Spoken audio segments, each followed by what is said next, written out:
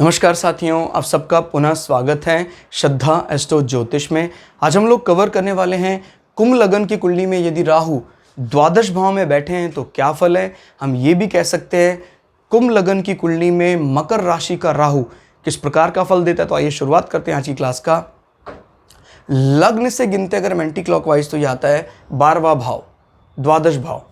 12वां भाव क्या बात करता है? 12वां भाव हमारे जीवन में फाइनल मोक्षा की बात करता है। अगर 12वें भाव में केतु जैसे प्लैनेट हो, उस पर बृहस्पति का प्रभाव हो, क्योंकि केतु राहु के स्वभाव से एकदम अलग है।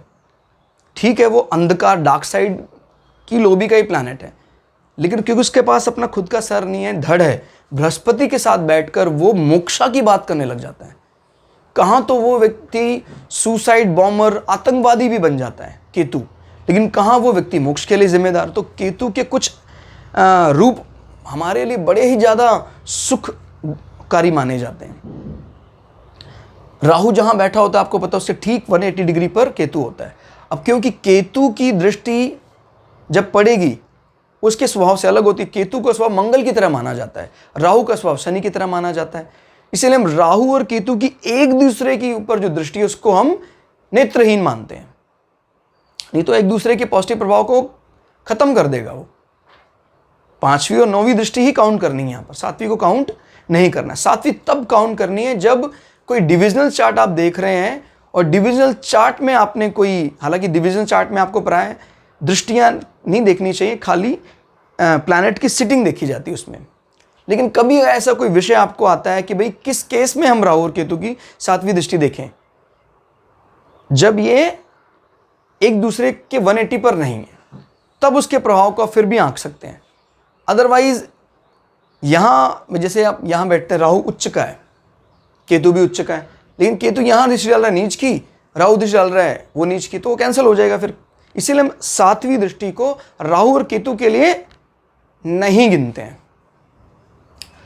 12वां भाव जैसे मैंने बोला मोक्षा हाउस है, वहां राहु का काम एकदम अलग हो गया। फिर आदमी के जीवन में बड़े ज़्यादा ऐसे विचार रह जाएंगे जिसको वो पूरा करने की इच्छा रखेगा। यानी मैरिज मतलब लाइफ आफ्टर लाइफ की बात करता है कि तृप्ति जो है वो कम देता है। हालांकि मकर राशि का राहु है तो मकर राशि सपोर्टिव है राहु के लिए, लेकिन राहु को और ज़्यादा एक्साइट कर देता है यहाँ पर बिठाकर। आदमी के विचार देख, खर्चा भी करवाएगा, लेकिन पॉजिटिव क्यों है वो खर्चा? क्योंकि मकर राशि राहु का सपोर्टिव है। अगर शनि बहुत बली हो, शनि जैसे लग्न में बैठ जाएं, तीसरे लक्ष्मी त्रिकोण में बैठ जाएं, निश्चित रूप से 12वें भाव के व्यय संबंधी विषय और संबंधी विषय मटेरियल गेन के लिए निश्चित रूप से अच्छा है।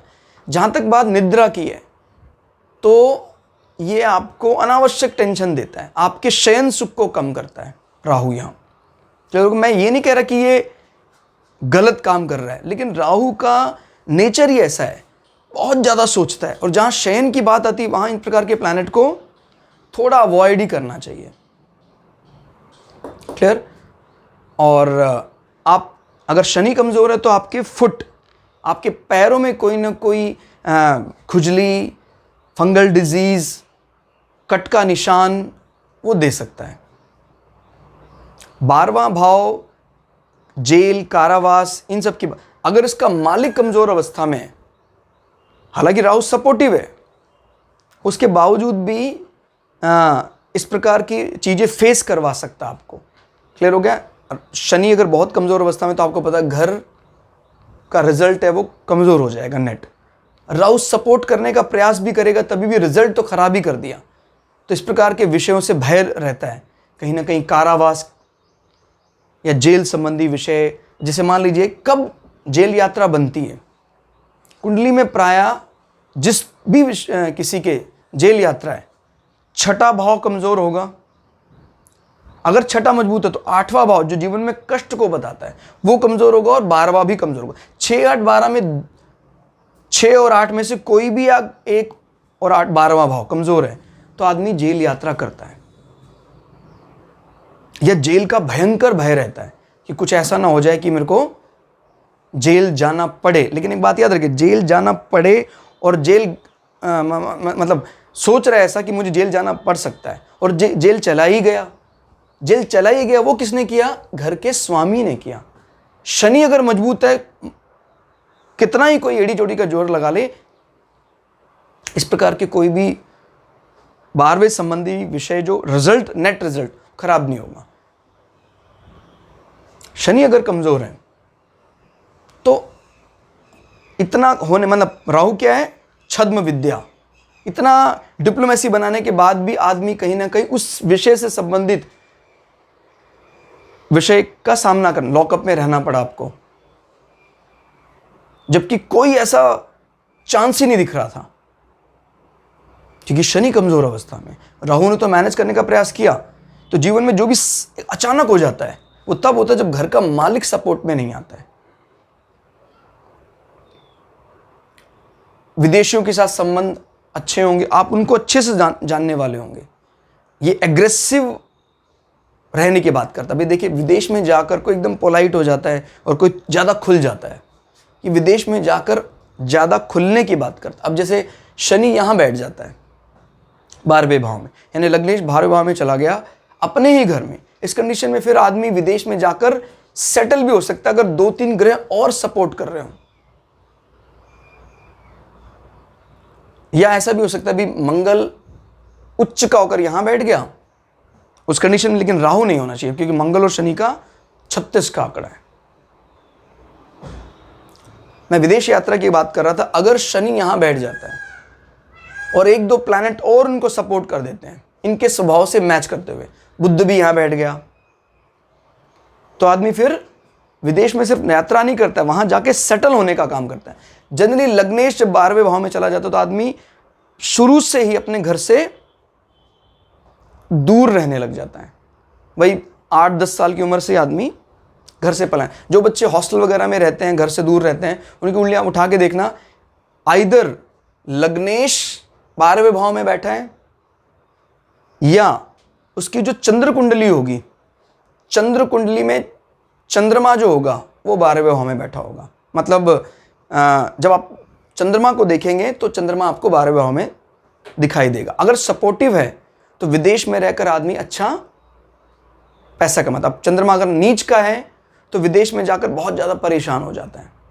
12वें भाव में अगर चंद्रमा नीच का है, सपोज जैसे 8 नंबर पड़ता है यहाँ पर, यहाँ चंद्रमा आ जाता है, क्योंकि चंद्रमा हमारे मन का स्वामी है। लग्न सोसाइटी जो हमें देखती है वो लग्न से देखा जाता है। तो इनफैक्ट दोनों को मिलाकर ही हम कोई सटीक भविष्यवाणी कर सकते हैं। क्लियर? यहां से फिर दृष्टियों की बात कर लेते हैं। 1, 2, 3, 4, 5 यहां से बैठकर ध्यान रखिएगा, ये तीनों पृथ्वी तत्व राशियां, अर्थ एलिमेंट माना जाता है इनको। जब कभी भी इन राशियों में ये प्लैनेट बैठा होगा राहु, तो वस्तुओं का संग्रह जरूर करता है। पृथ्वी का मतलब मटेरियल, वस्तु। तो वस्तु यानी विदेश से संबंधित विषयों से कोई ना कोई वस्तुएं इकट्ठी करना, अपने पास रखना, वो जरूर करता है संग्रह। वस्तुओं से संबंधित संग्रह जीवन में जरूर होता है। ये भी बात यहां दिखाई देती है कि आपका जो भवन होगा, शुक्र अगर मजबूत अवस्था में है तो आपके भवन में जो भी साज सज्जा है वो वेस्टर्न कल्चर या दूसरे के कल्चर से ज़्यादा इंस्पायर होगी। और यहाँ राहु की सिटिंग वैसे ही बताता है आपको अपनी कास्ट से दूसरी कास्ट वालों का भरपूर सहयोग मिला है। आपका जो मकान है, मकान की architecture European design, American design के हिसाब से आपने डिज़ाइन करने का प्रयास किया है। आपके माताश्री पर बहुत पोलाइट है आपका माँ का नेचर, लेकिन माँ दूसरे के कल्चर का बहुत रिस्पेक्ट करती है और मतलब बने ठने रहते हैं बढ़िया ढंग से। वो पॉजिटिव डिप्लोमेसी का इस्तेमाल करना वो जानते हैं कि कब किसके सामने कैसे बोला जाए। प्राय ये बात तो सब पर लागू होने जैसे लगती है, लेकिन ऐसा नहीं है। कहता जी हमारे घर में मेरी माता श्री कुछ भी किसके सामने बोलती हैं, कारण उनका दिल बड़ा साफ है। बुरी बात नहीं है, लेकिन आजकल का जो समय है, कलयुग, कलिकाल जिसको कहते हैं, इसमें जो डिप्लोमेसी, जो राहु का गुण है, इसको पॉजिटिवली आंका जाता कि भाई इसको किस समय पर क्या बोलना है वो पता है। अगर शुक्र बहुत कमजोर अवस्था में तो हृदय, गात और फेफड़ों में समस्याएं कर सकता है, क्योंकि धूम्रपान करने वाला ग्रह माना जाता है, तो फेफड़ों में समस्याएं खड़ी कर सकता है। शुक्र अगर मजबूत है तो फिर परेशानी की कोई आवश्यकता नहीं। संकट होगा लेकिन वो कभी भी हॉस्पिटलाइजेशन तक नहीं जाएगा कि मतलब हॉस्पिटलाइज कर दे आपको, ऐसा नहीं होगा। और चतुर्थ भाव एजुकेशन इंटरेस्ट की भी बात करता है। आपको अच्छे एजुकेशन इंटरेस्ट होंगे मॉडर्न सब्जेक्ट्स में, कला का अच्छा जानकार। राहु की दृष्टि आपको जीपीएस, नेविगेशन और सॉफ्टवेयर इंडस्ट्री, इन सब चीज़ों में अच्छी महारत आपको देता है 5वीं दृष्टि से। 5, 6, 7, 7वीं दृष्टि को काउंट नहीं करना है, मैं आपको ऑलरेडी बता चुका हूं क्यों नहीं करना है। क्लियर? 7, 8, 9, 9वीं दृष्टि से राहु तीसरी पृथ्वी तत्व राशि यानी कन्या राशि को देखते हैं। कन्या राशि भी राहु का स्वग्रही जैसा ही माना जाता है, अपने घर जैसा माना जाता है। तो ये 8वें भाव के भय को खत्म करता है। राहु का क्योंकि नेचर कुछ कुछ शनि की तरह है, तो ये शनि के प्रभाव, इसका कारकत्व भी है शनि, तो उम्र को बढ़ाता है, उम्र के भय को कम, मतलब मृत्यु के भय को कम करता है, बोल्डनेस लाता है। बुद्ध भी अगर एक्सेल्ड करके यहीं बैठ जाए तो आयु भी बहुत लंबी हो जाएगी आदमी की। इन अंगों में विकार तब आता है जब बुद्ध नीच का हो जाए, कमजोर हो जाए, तो राहु की दृष्टि इन अंगों में कहीं ना कहीं, मतलब एक्सटर्नल सेक्सुअल ऑर्गन में कहीं ना कहीं परेशानी पैदा करती है। ससुराल पक्ष को रिप्रेजेंट करता है। आपका ससुराल बुद्ध की कन्या राशि की तरह बहुत इंटेलिजेंट भी होगा, और राहु की दृष्टि भी पड़ गई है तो डिप्लोमेट भी होगा। दिखावा पसंद ससुराल आपकी होगी। तो कुल मिला के राहु का 12वें भाव में यहां फल अच्छा होता है। मोटा मोटा अगर आपने अभी तक सीखा हो तो आपने सीख लिया होगा, पृथ्वी तत्व राशियां तीनों में ही करीब करीब, और वायु तत्व राशियां भी तीनों करीब करीब। हालांकि कुछ राशियां विशेष प्रिय हैं, वो हम ऑलरेडी स्टार लगा रखा है इसमें कि कौन कौन सी राशियां इनको विशेष प्रिय हैं। लेकिन एक अगर ओवरऑल समझना हो कि राहु को जल तत्व राशियों से और अग्नि तत्व राशियों से स्नेह नहीं है, ज़्यादा अच्छा फल नहीं मिलता वहाँ, और पृथ्वी तत्व राशियों से और वायु तत्व राशियों से राहु बहुत अच्छा फल देते हैं। तो आज की क्लास के लिए इतना ही। क्लास आपको कैसी लगी कमेंट करके जरूर बताइएगा। मिलते हैं अगली क्लास में, तब तक के लिए जय श्री भगु पराशरा, जय श्री शुक्राचार्य, नमस्कार।